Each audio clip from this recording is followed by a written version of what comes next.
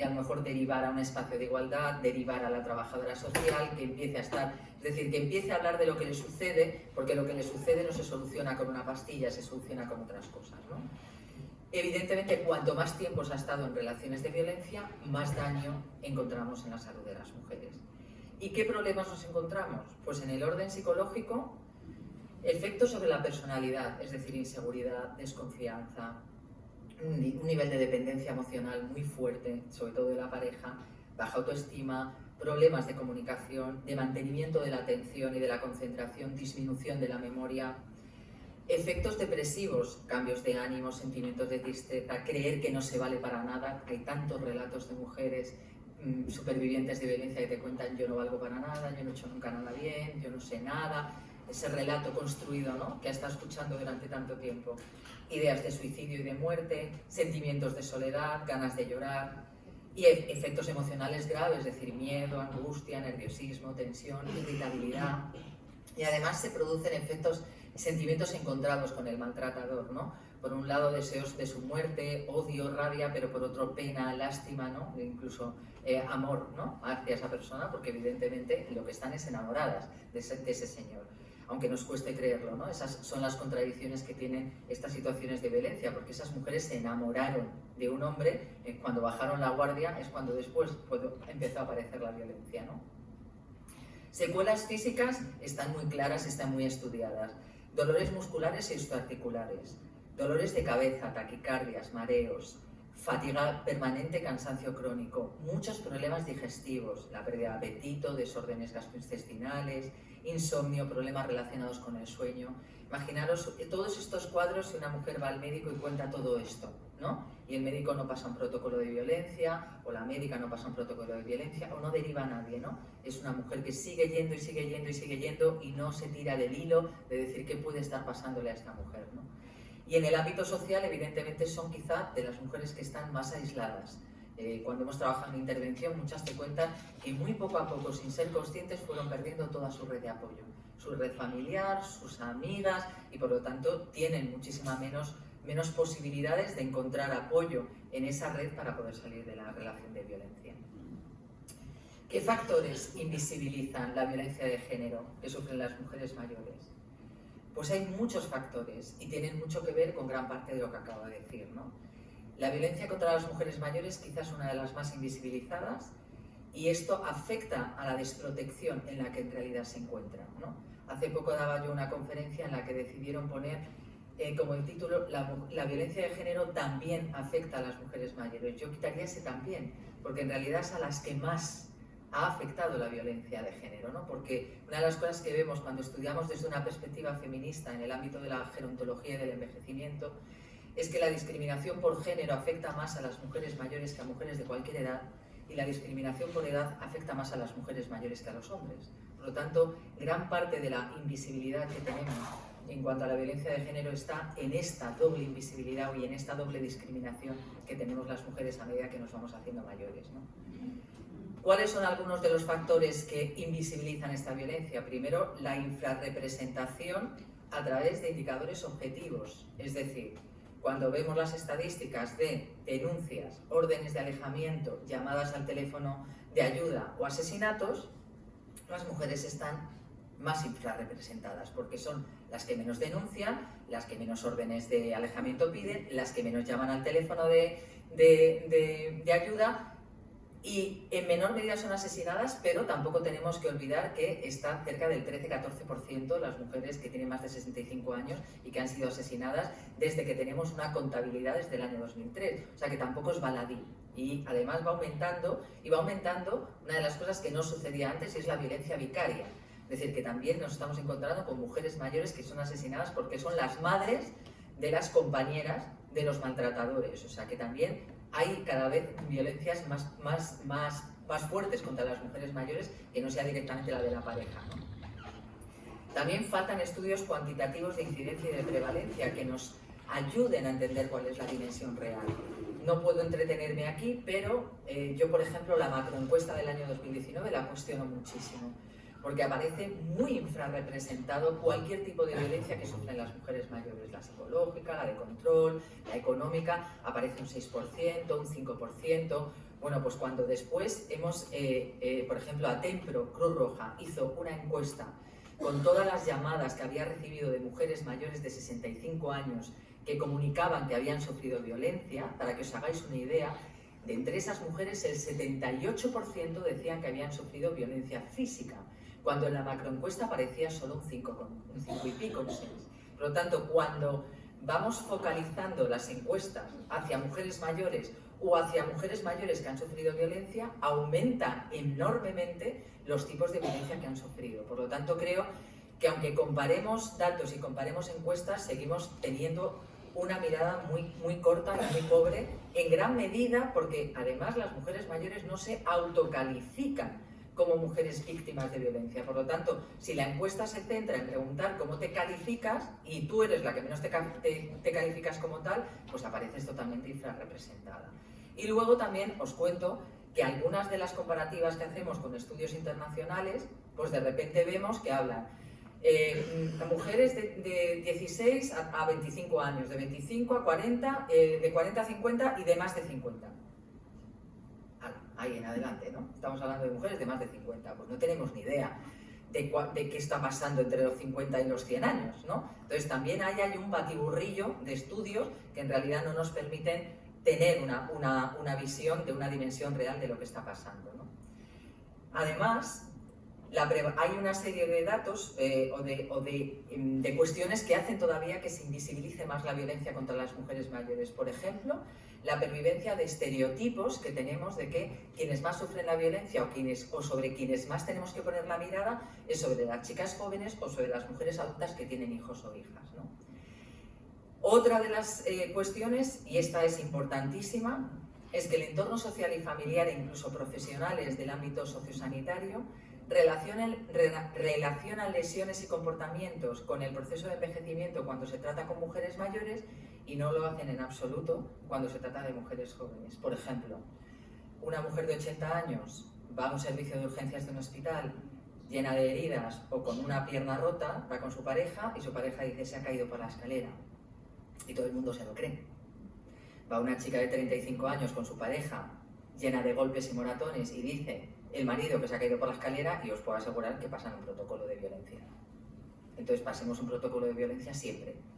Da igual la edad que tenga la señora. Puede que en algún momento la señora se caiga, pero no todas las señoras por ser mayores se caen. A veces las empujan o a veces las pegan. Entonces, que nos pongamos esas gafas independientemente de la edad que tiene la mujer, ¿no? que va a un servicio de urgencias o al médico, ¿no? Otro factor que invisibiliza es que a veces se confunde la violencia ejercida por el cuidador cuando este es un hombre y está cuidando a una mujer. Y muchas veces decimos está estresado, por eso la pega, o por eso como tiene falta de recursos es violento con ella. Y en gran medida, por ejemplo en Madrid, en la mesa de vulnerabilidad, casi siempre que encontrábamos este tipo de violencia, las trabajadoras nos decían es que el cuidador está sobrecargado y en realidad lo que ocultaba en gran medida muchas veces es que eran maltratadores que seguían haciéndolo ahora de manera más intensiva sobre la vida de sus mujeres, ¿no?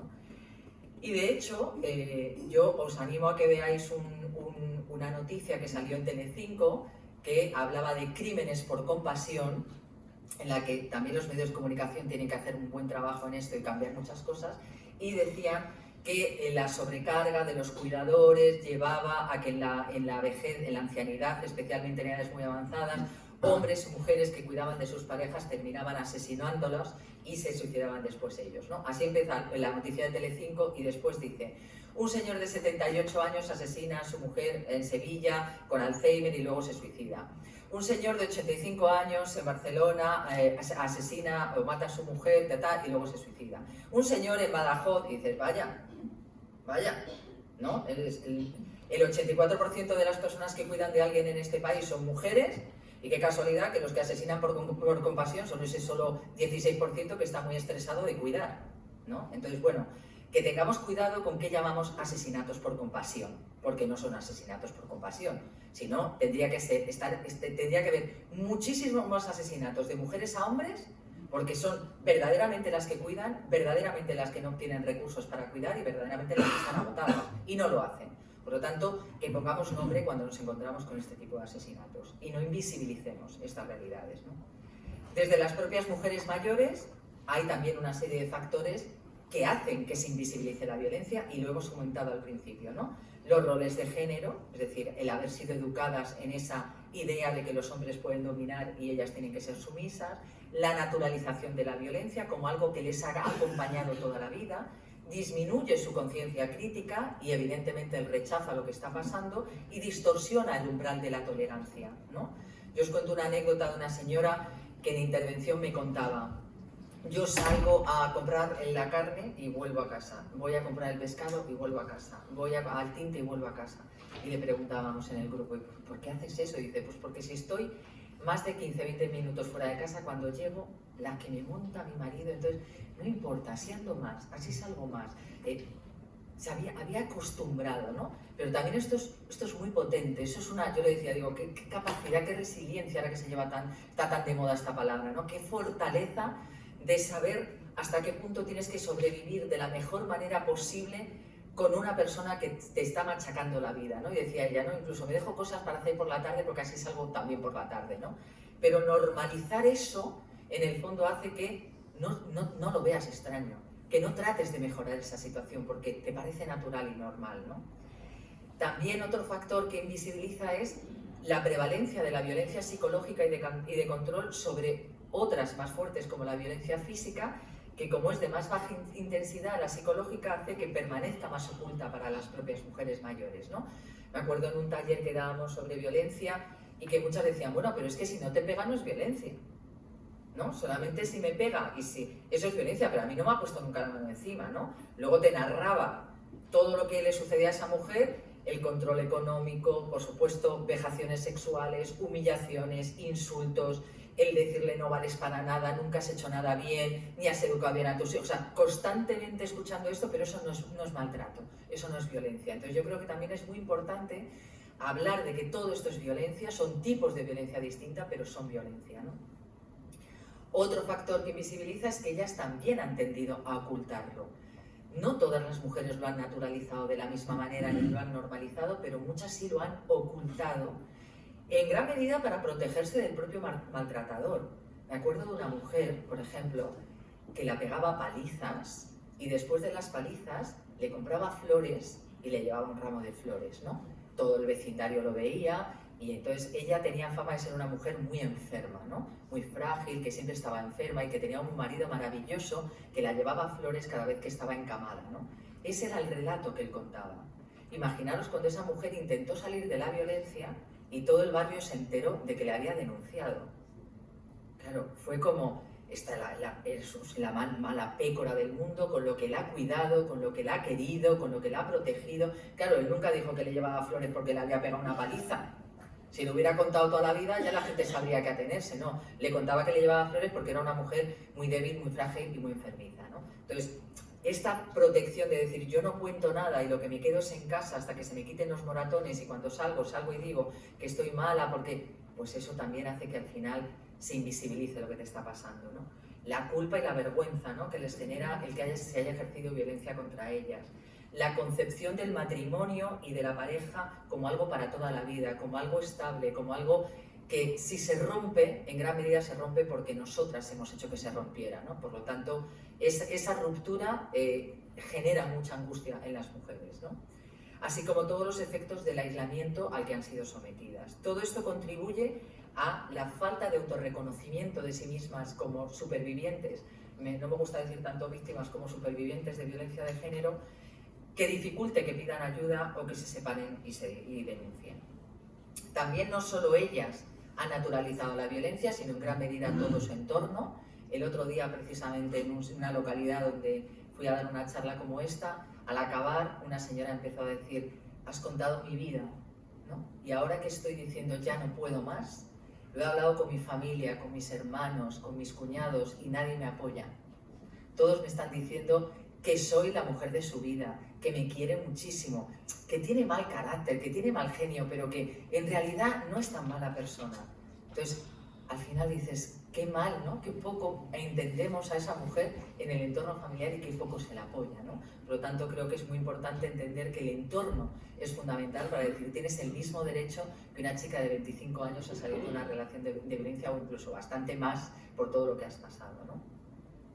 Otro factor clave es que no hay campañas de sensibilización, no hay campañas en el 25N que pongan la mirada sobre la vida de las mujeres mayores que sufren violencia. Esto hace que las administraciones en general, las administraciones públicas no han puesto ahí la mirada, las mujeres mayores no se sienten interpeladas si ven en un anuncio una chica joven que está mandándose un mensaje con otra y le está diciendo, te controla, ¿quieres saber dónde está? Pues si yo estoy en casa y tengo 80 años y lo estoy viendo, a lo mejor digo, pobre chicas jóvenes, ¿cómo las controlan los novios? Y yo a lo mejor he sufrido toda la vida y por haber, pero yo no soy esa mujer, yo no me siento identificada, ¿no? Y también esta falta de campañas hace que la opinión pública, que las familias, que hijos e hijas tampoco lo visibilicen, ¿no? Se han hecho algunas, ¿eh? Yo simplemente os voy a decir, por ejemplo, en 2014, el Ayuntamiento de Córdoba, con la asociación Encuentra Acuerdos, hizo una campaña preciosa en la que sacaba un cartel con 3 mujeres sonrientes, con 3 gorros de baño, como si se fueran a la piscina, y arriba ponía, nunca es tarde para dormir tranquila, ¿no? Claro, a eso te interpela, tú ves una mujer mayor, con unas amigas, disfrutando, y a lo mejor si tú estás en una situación de violencia o una situación de maltrato, dices, pues es verdad, yo tengo derecho a poder dormir tranquila, ¿no? En 2020 en Madrid hicimos un estudio para ver en dónde se había fallado cuando las mujeres mayores habían intentado salir de la violencia y se intentó crear una hoja de ruta de intervención, o sea, primero de prevención, de detección y de atención, y ese año se dedicó el 25N a las mujeres mayores. Y la campaña se llamaba La violencia de género contra las mujeres mayores es una realidad que no se ve, la llevan sufriendo mucho tiempo, implícate. Y aparecían palabras como miedo, aislamiento, silencio, porque eran en gran medida palabras que nos habían dicho mujeres mayores que las identificaba como supervivientes de violencia, ¿no?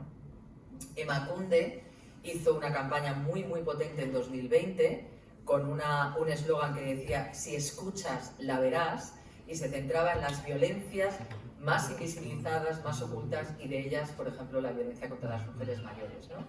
Si os metéis en Emakunde, veréis, hay un spot de 3 minutos en donde hablan precisamente con relatos reales de una mujer, son varios relatos. Una me acuerdo que contaba, nunca me puso la mano encima, pero si yo me pintaba y salía a la calle y me veía muy arreglada, me decía que volviera a casa a cambiarme y yo lo hacía.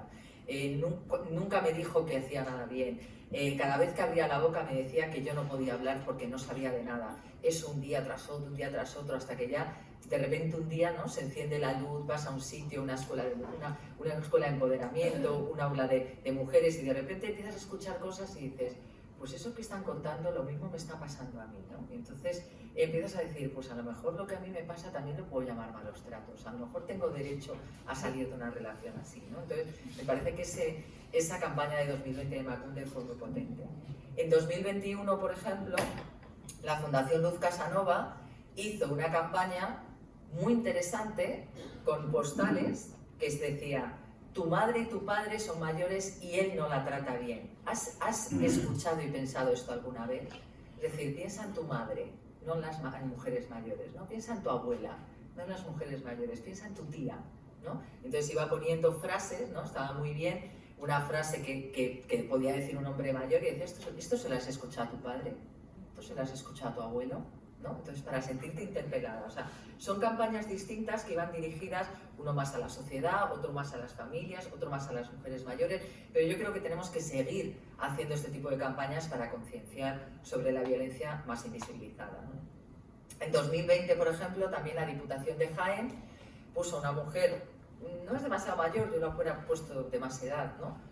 Con un ojo morado, con una maleta, y pone, la violencia de género no tiene edad, ¿no? Yo hubiera puesto quizá una mujer de 90 años, ¿no? O de 80 años, porque esta es una mujer más o menos de mi edad, de 50 y tantos, ¿no? Entonces yo creo que habría que haber puesto un cartel con una mujer de mayor edad, pero por lo menos hablaba de que la violencia de género no tiene edad, ¿no? Ya voy terminando. ¿Qué factores contribuyen a que las mujeres mayores puedan salir de las relaciones de violencia? Pues hay unos cuantos. En principio, una de las cosas que te dicen las mujeres ya mayores es que ya tienen sus hijos mayores. Ya no tienen que seguir aguantando para mantener la familia, para que los pudieran estudiar, para que sus hijos tuvieran recursos. Ya sus hijos cada uno ha volado, ellas ahora ya se han quedado solas en casa. En gran medida puede que haya aumentado la relación, haya sido un detonante esa situación, y dicen, hasta aquí llega, él se acabó, ya no puedo más, ¿no? El entorno familiar puede ser una barrera, pero también puede ser un aliado.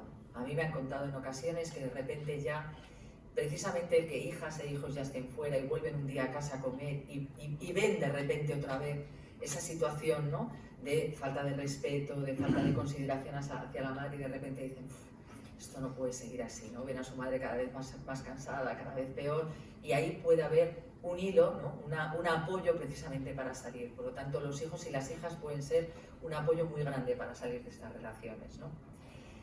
Otra de las cosas que vemos que es un factor es que muchas te dicen que ya no pueden más, que están agotadas, que ya no pueden más, que necesitan estar tranquilas, que necesitan tener una vida mucho más libre, poder hacer más lo que quieren, porque a lo mejor han empezado, o a lo mejor a ir a un centro de mayores, o ir a una escuela de empoderamiento, o a un centro, o un espacio de igualdad, y empiezan a decir, yo esto es lo que necesito, ¿no? Necesito salir de esta relación, ya no puedo más, ¿no? Y eso es un detonante de decir, a lo mejor es el momento para tomar la decisión. Por supuesto, el apoyo y el acompañamiento de los servicios sanitarios, es decir, a lo que vamos todo el mundo en algún momento es al médico o la médica. Por lo tanto, si esas personas son una aliada, en gran medida puede ser una de los vínculos que se establezca para decir, tú no tienes por qué seguir en esta relación y vamos a poner en marcha los recursos y los mecanismos necesarios para que tú puedas sentirte mejor y salir de ahí, ¿no? Todos los servicios de proximidad, de los que luego me imagino que hablará Pepa, es decir, las asociaciones de mujeres, las escuelas de empoderamiento, los espacios de igualdad, los centros de mayores, son lugares en donde se puede hablar de igualdad, hablar de violencia, generar grupos de apoyo, generar grupos de bienestar, acompañamiento.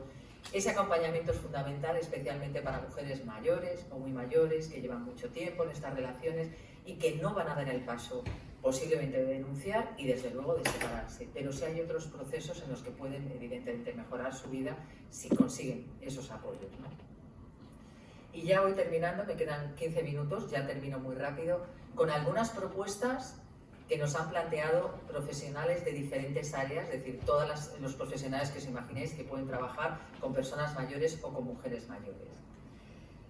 Para poder mejorar la situación, tanto de prevención como de detección como de atención a mujeres mayores supervivientes de violencia, hay que mejorar la información y la formación de los profesionales. Información accesible para saber los recursos que hay disponibles. Yo, por ejemplo, tutorizo durante 2 meses un curso que tiene Macunde sobre violencia de género contra mujeres mayores. Y en ese curso tenemos un foro en el que yo voy subiendo pues reflexiones y ahí van hablando las 200 personas que están haciendo ese curso, que son desde el China, policía, juezas, trabajadoras sociales, agentes de igualdad, agentes de violencia, o sea, todo tipo de profesionales, médicas, médicos, geriatras, todo tipo de profesionales. Bueno, pues me acuerdo que hace poco estábamos diciendo, bueno, una de las cosas más importantes es que en el ámbito de la salud haya protocolos, porque no hay protocolos, y una persona escribió, sí hay protocolos. Tenemos un protocolo de salud, de violencia, que se puede pasar, y hay 3 preguntas que precisamente se centran en mujeres mayores, y si no, aún así tenemos que mejorar en la entrevista clínica, tenemos que saber cómo preguntar a esa mujer. No, evidentemente no le vas a preguntar si es víctima de violencia, porque ya sabemos que no lo va a reconocer, pero sí hay muchas maneras de preguntar para saber si esa mujer está en una relación de violencia. Por lo tanto, hay que dar mejor y mayor formación a profesionales. También con esta perspectiva interseccional, ¿no? No solo tengo que saber de violencia, tengo que ponerme unas gafas para ver a esa mujer mayor no como una mujer frágil, vulnerable, que me viene a contar lo que me viene a contar porque es mayor, no, me viene a contar lo que me viene a contar en gran medida a veces por lo que le pasa en su vida, no porque es mayor, ¿no? Es como, os cuento el ejemplo de Antonio Guijarro, un cardiólogo cordobés, que en el año 2000 él diagnosticó y generó un nombre, un síndrome que se llama síndrome de la abuela esclava, que después ha aceptado la OMS, la Organización Mundial de la Salud, porque él empezaba a recibir en su consulta a mujeres mayores que le decían, me duele la cabeza, me dan taquicardias, tengo insomnio, me duele mucho la espalda, tengo mala digestión, y entonces, bueno, pues decía, bueno, esto le pasa porque es mayor, ¿no? Sobre todo cuando él era más joven, el típico geriatra, cardiólogo que dice, bueno, las personas mayores se quejan y se quejan porque son mayores, ¿no? Pero él empezó a darse cuenta, ¿no?, con una buena mirada, de que no todas las señoras mayores le contaban lo mismo. Entonces empezó a indagar en la biografía de aquellas que le contaban muchos pesares y muchos malestares. Y empezó a encontrar que esas mujeres estaban sobrecargadas de cuidado de nietos y de nietas, de personas mayores, mayores que ellas con dependencia, de sus parejas como inútiles funcionales, es decir, que podían hacer cosas pero no las hacían, es decir, que cuidaban de todo el mundo mundial, ¿no? Entonces, esto les llevaba a estar absolutamente agotadas, ¿no? Y él diagnosticó ese síndrome como el síndrome de la abuela esclava, que después se ha aceptado a nivel internacional. Bueno, pues esto es un poco lo mismo, ¿no? Hay que ponerse unas gafas para ver y escuchar de otra manera cuando tengamos delante una persona mayor, en este caso una mujer mayor. También formación y concienciación dirigida a mujeres mayores. Cuanto más hablemos de esto a mujeres mayores, más mujeres podrán decir, uy, pues yo pensé que la violencia era otra cosa. Uy, pues yo me estoy empezando a sentir identificada con esto, ¿no? Me acuerdo de unos talleres que dimos en Madrid, que los titulamos Generando bienestar en la vejez, porque claro, si tú pones que vas a hablar de violencia de género, ahí no va nadie, ¿no? Era generando bienestar en la vejez, ¿no? Y bueno, una de las cosas que empezábamos a hablar era lo que suponía para las mujeres, en general, vivir en una sociedad patriarcal y machista, en donde nos sobrecargamos con cuidados en ser seres para otros, en atender a todo el mundo, en la felicidad de todo el mundo, y nosotras estamos la última de la fila, ¿no? Empezamos a trabajar todas esas cosas y evidentemente empezamos a intercalar lo que eran malos tratos y violencia. Claro, a la segunda sesión, como os podéis imaginar, había muchas mujeres que empezaron a identificar lo que les pasaba en su vida, ¿no? Porque decía, bueno, que no, me decía una señora, yo nunca he ido al banco, yo no sé el dinero que tengo en el banco. Decías, pero es que el dinero es tuyo. Decía, no, el dinero no es mío, el dinero es de mi marido porque es el que trabaja. No, tú estás casada en gananciales. ¿Y eso qué quiere decir? Porque todo lo que sea de él es tuyo. Este tipo de cosas que a veces no las hablamos, ¿no? O mujeres mayores que a mí me dicen, bueno, yo no quiero gastar mucho porque lo mío es la herencia de mis hijos. Yo les digo, no. A mí eso me lo enseñó Antonio Martínez Maroto, un gran gerontólogo y jurista, que me dijo, la herencia solamente se tiene cuando uno se ha muerto. Mientras tanto son tus propiedades y tu dinero. Por lo tanto, tú no tienes la herencia, no te tienes que dejar nada a tus hijos y a tus hijas. Tú te lo tienes que dejar, a poderse gastar todo, para no dejar nada, porque eso es lo tuyo, ¿no? Entonces, pero todas estas cosas que se puede hablar y que hay que concienciar, es muy importante trabajarlo con mujeres. Y por supuesto, no dar por perdidos a los hombres. También hay que hablar de igualdad y de violencia y de malos tratos con hombres mayores, ¿no? Porque también han sido socializados en tener los privilegios, el control, el dominio, y es muy importante, ¿no? Yo hace nada estuve en Berriozar con un grupo de hombres y mujeres, ¿no?, hablando de todo esto, y me sorprendió que al acabar me vinieron muchos hombres a decir, si alguien me hubiera explicado lo que has explicado hoy, hubiera entendido gran parte de lo que he hecho a lo largo de la vida.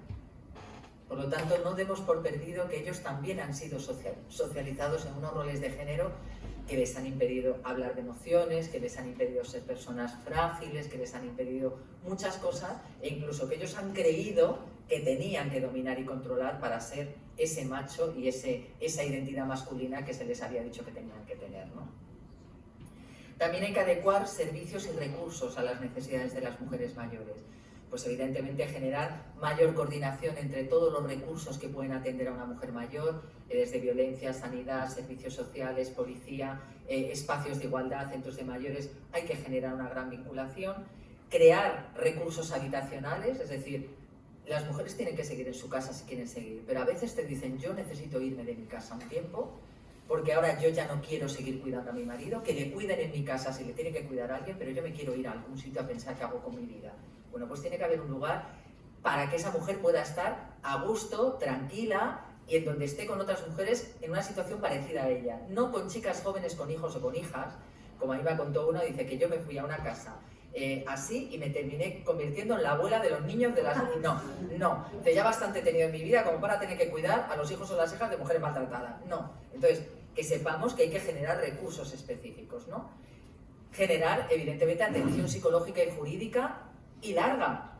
Incluso con mujeres que ya sus maridos han muerto, necesitan atención psicológica porque están muy dañadas. Por lo tanto, la atención psicológica es fundamental y es muy importante para, sobre todo, construir un nuevo relato de sí mismas, un nuevo relato de lo que ha sido su vida, ¿no? Tener en cuenta que en muchos casos los maridos están en situación de dependencia, por lo tanto, habrá que generar un recurso para atenderles y cuidarles, ¿no? A veces también se tiene que intervenir con hijos y con hijas, porque también han sufrido la violencia durante mucho tiempo. Hay que crear prestaciones económicas específicas para mujeres mayores. Si sabemos que uno de los problemas es la dependencia económica, pues habrá que crear una prestación económica para que estas mujeres sientan que tienen una autonomía para poder tomar la decisión de separarse. Hay que generar recursos que liberen a las mujeres mayores del cuidado intensivo que prestan a todo el mundo.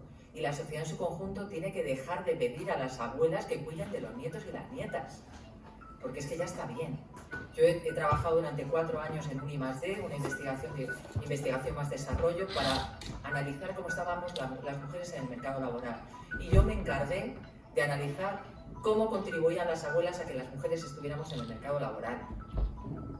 Y las abuelas son una pieza fundamental en la conciliación de la vida laboral y familiar de las mujeres adultas, pero nunca se las ha metido en esa ecuación. Las llamamos reaccionarias, conservadoras, nunca las entendemos como agentes de igualdad, pero lo son. Ahora, están hasta el gorro, porque una cosa es ser abuela y otra es ser abuela cuidadora, que son dos cosas distintas. Entonces las sobrecargamos con cuidado, porque entendemos que si está naturalizado el cuidado en las mujeres, imaginaros que están las mujeres mayores. Por lo tanto, las tenemos que liberar de esa situación, que ejerzan de abuelas, pero no de abuelas cuidadoras, esclavas y sometidas, como si tuvieran que seguir haciendo el cuidado que han tenido con sus hijos o hijas, ¿no? Hay que acompañar a un ritmo distinto a las mujeres mayores cuando son supervivientes de violencia, y el ritmo tiene que ser el que ellas marquen. No puede ser, no somos salvadoras, no las vamos a salvar, no las tenemos que decir lo que tienen que hacer, no tenemos que juzgarlas y decir, no, lo que tienes es que separarte, lo que tienes es que denunciar. No, el proceso es otro, hay que escucharlas, hay que saber en qué dimensión, en qué momento están, y a partir de ahí trabajar con ellas, ¿no? Muchas más campañas de sensibilización y de prevención, muchos más estudios de prevalencia y cualitativos.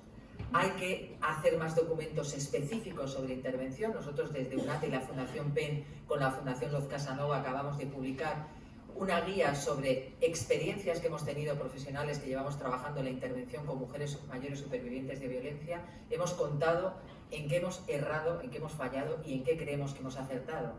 Ahí nos hemos confesado de alguna manera para que quien venga detrás, que ya empieza a venir cada vez más gente a intervenir con mujeres mayores, que al menos no cometan los mismos errores que nosotros. Pueden cometer otros, pero que no cometan los mismos, ¿no? Entonces es una guía que yo creo que además es gratis, de libre acceso, y que yo creo que para profesionales está muy bien, ¿no?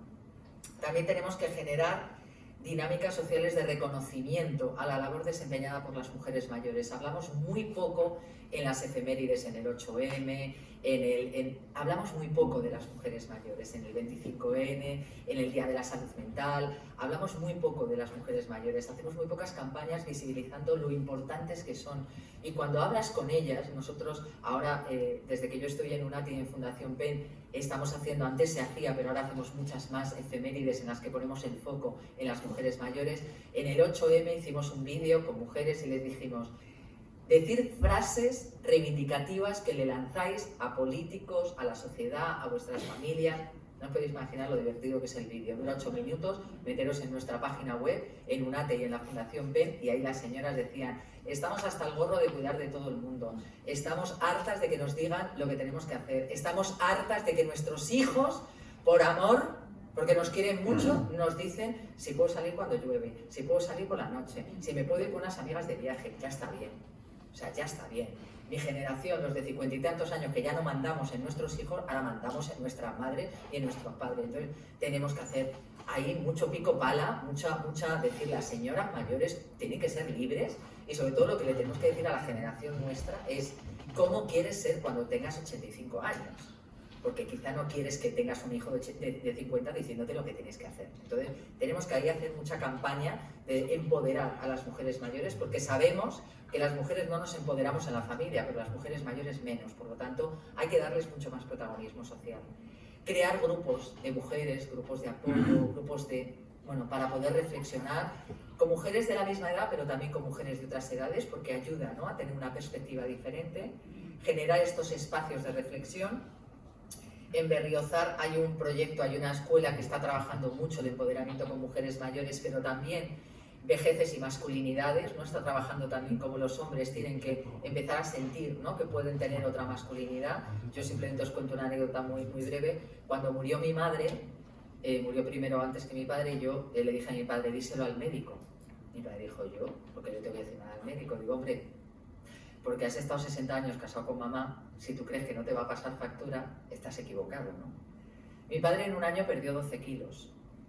Claro, el médico, como sabía que mi madre había muerto, no le hizo ninguna prueba, porque sabía que mi padre estaba de duelo. Primero estaba de duelo y segundo había dejado de comer bien, claro, porque había perdido a la gran cocinera que era mi madre, ¿no? Bueno, pues yo le decía constantemente a mi padre, papá, ¿cómo estás? Bien. Digo, no, papá, dime cómo estás. No estoy bien. Yo era pesada. Hasta que ya no le vi llorar, digo, papá, tienes que estar mal y te tienes que permitir estar mal. ¿Cómo no vas a estar mal si has perdido a la mujer a la que querías? Dilo, porque tienes que decirlo. Entonces esta idea de que los hombres no dicen, no cuentan lo que les pasa, hace que ellos se suiciden un 75% más que nosotras. Y nosotras, como contamos todo lo que nos pasa, nos mandan psicofármacos. Entonces, las emociones no tienen género, pero sí lo tiene como lo contamos, ¿no? Y cómo expresamos esas emociones. Por lo tanto, también con los hombres hay que hacer un trabajo muy importante. Y también crear espacios. Nosotros en Cantabria, a través de UNATI y la Fundación PEN, estamos creando espacios comunitarios, centros comunitarios, sobre todo en medio rural, donde personas mayores, especialmente mujeres, que son al final las que participan en todo, nos interesa todo y estamos en un proceso constante siempre de aprendizaje y de mejora, ¿no? Como personas, pues están yendo a estos espacios y hemos conseguido que la administración pública entienda lo importantes que son, porque se está haciendo una estrategia en toda Cantabria de crear estos espacios comunitarios en los medios rurales con apoyo de transporte. Porque si tú creas un espacio en un lugar al que no puede ir nadie porque no tienen coche, no irían. Entonces estamos generando el que mujeres que pueden estar absolutamente solas en sus casas, a veces aisladas, unas porque están viudas, otras porque están en relaciones de pareja pero no están bien, puedan tener un lugar al que ir, al que sentirse bien. Y ellas, de hecho, han co-creado el espacio, ahora lo cogestionan con los ayuntamientos y con nosotros, con nuestras entidades, y ellas lo definen como sitios para ser, para estar y para hacer, que a mí me parece precioso, ¿no? Entonces yo creo que también tenemos que tener en cuenta que hay que generar espacios y lugares donde las mujeres se puedan encontrar. Pues nada más, muchísimas gracias, me ha ajustado, queda solamente un minuto, pero bueno, espero que les haya interesado y si quieren hacerme alguna pregunta estaré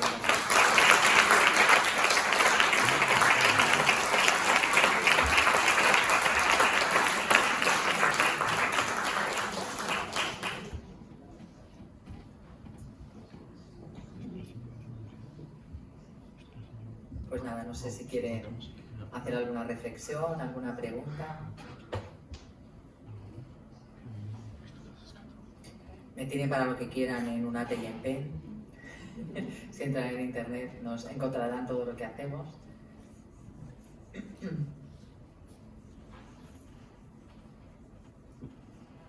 Sí.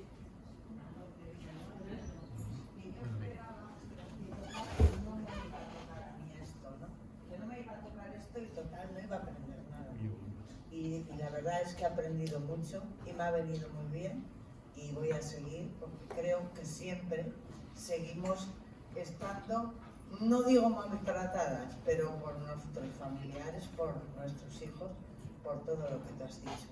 Y que me ha venido muy bien y que muchísimas gracias. Muchas gracias a ti. Yo digo siempre una cosa, que todo lo que no es buen trato es maltrato. Entonces, el 15J, el 15 de junio, es la efeméride que Naciones Unidas puso en la agenda como el Día Internacional para concienciar sobre el abuso y los malos tratos a personas mayores. Y nosotros este año en UNATI y en la Fundación PEN, como siempre, intentamos centrarnos fundamentalmente en los malos tratos que sufren las mujeres mayores, ¿no?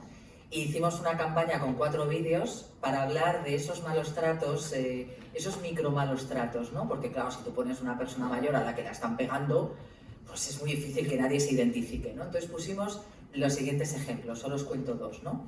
Uno, una señora mayor que va con su hija al médico y el médico primero la llama, hola Conchita, ¿cómo estás? ¿No? En diminutivo. Y segundo, todo lo que le pasa se lo cuenta a la hija. ¿no? Está diciendo, claro, es que tu madre, ¿sabes? Es que anda poco, tu madre anda poco porque tiene el azúcar alto. Y la hija, sí, es verdad, mamá, sí, ¿no? Entonces ahí los dos, el médico hablando a la hija y la hija regañando a la madre. Claro, mamá, es que sales poco y además yo creo que deberías salir más con los niños, con mis hijos a pasear y así les llevas al parque, ¿no? Bueno, al final, claro, el vídeo son muy cortos, son de 3 minutos y ella acaba, ¿no? Cuando le va a dar la receta, se la va a dar a la hija, entonces ella acaba, coge la receta y dice: dame la receta a mí, yo no me llamo Concha, no me llamo Conchita, me llamo Concha, yo pongo mi salud en mis manos y nadie me tiene que decir lo que tengo que hacer. Y tú la próxima vez no me acompañas, porque quería que me acompañaras, no que me suplantaras. Nos han escrito desde Colombia, Argentina, Buenos Aires, todo tipo de personas, amigos míos que me decían: madre mía, yo solo he hecho, pero eso es maltrato. Digo, sí. Sí, porque tú estás quitándole la palabra a la persona que tienes a tu lado. Tú estás creyendo que tienes que tomar decisiones por ella. Eso es maltrato. ¿Que no lo queremos llamar maltrato? Pues di que al menos no es un buen trato, ¿no? Otro de los vídeos, y ya con esto acabo. Una señora mayor que decide reunir a sus hijas en casa para contarles que ha vendido la casa y que se va a vivir con una amiga a Málaga. Claro, las hijas entran en barrena, ¿no? Es como, ¿qué? ¿Que has vendido nuestra herencia? ¿Y quién va a cuidar de los nietos? Pero estás loca, no esta frase de estás loca, pero a estas alturas, pero a ti que se te ha perdido en Málaga, ¿y por qué te vas con tu amiga? Pero tú estás... ¿No? Te dice, bueno, pues primero porque me da la gana, segundo porque me apetece, tercero porque la casa es mía y cuarto porque los hijos son vuestros, ¿no? Entonces, claro, cuando la gente veía los vídeos decía, bueno, pero eso maltrato, digo, bueno, cada uno puede ver como quiera, pero en definitiva lo que no es escuchar lo que está decidiendo tu madre, es intentar influir en lo que dice tu madre, ¿no? Y ya termino, esto sí que os prometo que termino. Una vez volviendo de Málaga a Madrid, cuando entonces vivía en Madrid, no, perdón, de Valencia a Madrid, había un grupo de 7, 8 señoras mayores que estaban charlando, pasándose fotos por el WhatsApp, riéndose, bueno, a carcajada, y al cabo de una hora dije, yo me tengo que sentar con estas señoras, claro, trabajando en lo que yo trabajo no puedo evitarlo. Entonces me senté con ella, le dije, digo, perdónenme, mire, yo que soy antropóloga y gerontóloga feminista, llevo toda la vida trabajando el envejecimiento de las mujeres, y todos, ay, cuéntanos. Nos pusimos ahí todas de cháchara y le dije, ¿viven en Madrid o en Valencia? Y dice, no, en Madrid. Digo, ¿has ido a Valencia a pasar el día? Y dice, sí. De nosotros hacemos una cosa, es un secreto, si no lo cuentas nunca te lo contamos. Dije, yo no lo contaré nunca, lo prometo, no lo contaré nunca. Y entonces me dice, nosotras nos juntamos los miércoles a las 7:30 en Atocha. Veis trenes que van a salir y vamos a la taquilla y preguntamos si hay billete. Y si lo hay, no vamos. Yo decía, no me lo puedo creer. Digo, yo quiero ser estas viejas. Y entonces dice, claro, también tenían posibles, ¿vale? No todo el mundo puede hacer eso. También te puedes juntar con 4 amigas en la estación aquí de autobuses y irte al lado, da igual. El ejemplo es que ellas se juntaban, eran 7 o 8, ¿no? Se habían recorrido toda España y me decían, ¿sabes lo peor? Ya verás cuando vayamos llegando a Madrid. Empieza a sonar el teléfono de una. No sé si habéis visto la película de Elsa y Fred, os la recomiendo, es muy buena. En la que ella, esta actriz China Rico, es maravillosa, argentina, que cuando el hijo la llamaba decía, me llama la policía, ¿no? Entonces, según estábamos llegando a Madrid, la llama uno y dice, es la policía. Y dice, sí, nada, hijo, aquí en casa, nada, si ya lo que tú me dices, no, si no he salido, nada, no, porque hacía mal día, no he querido salir, no, y todas. Yo ya cuelgo y digo, ¿qué ha hecho? Y dice, mentirle, ¿eh? Dice, yo a mi hijo le miento, yo soy como un adolescente. Yo he decidido que a mi hijo ya le miento, porque ¿para qué le voy a contar la verdad? ¿Para que me eche la bronca? No, yo le miento. Si se lo cree bien, si no me da igual. Pero es como los adolescentes, también le cuentan las mentiras a sus padres sin esperar que se lo crean. Yo digo, ¿de verdad que a los 80 años tienes que terminar mintiendo a tus hijos para poder ser libre? Pues esto es lo que, con esto yo me quedo, que tenemos que hacer todavía mucha revisión y mucho cambio. Pues nada, muchas gracias.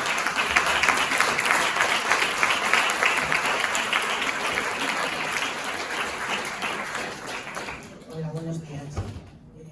Vengo en representación de la Asociación Guerreras del Alto Deba y somos supervivientes de la violencia machista y acompañamos a víctimas. Hemos colaborado con una formación que ha habido en los ambulatorios del Alto Deba y cuando se refería a lo de que tienen que tener formación, efectivamente, porque simplemente viendo el protocolo que tienen, las preguntas que hacen a las víctimas, es imposible que una víctima vaya a contarles lo que les pasa.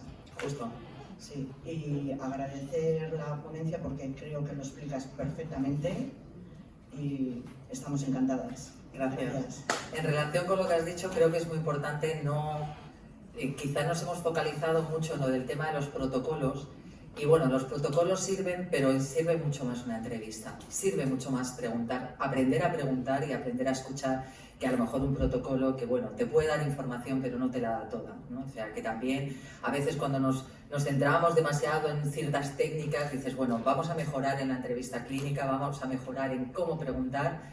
Primero, cómo preguntar y qué preguntar para generar un espacio emocionalmente cálido en el que una mujer pueda atreverse a responder esas preguntas, ¿no? O sea, que me parece muy importante lo que dices. Pues yo creo que para no retrasar más, ¿no?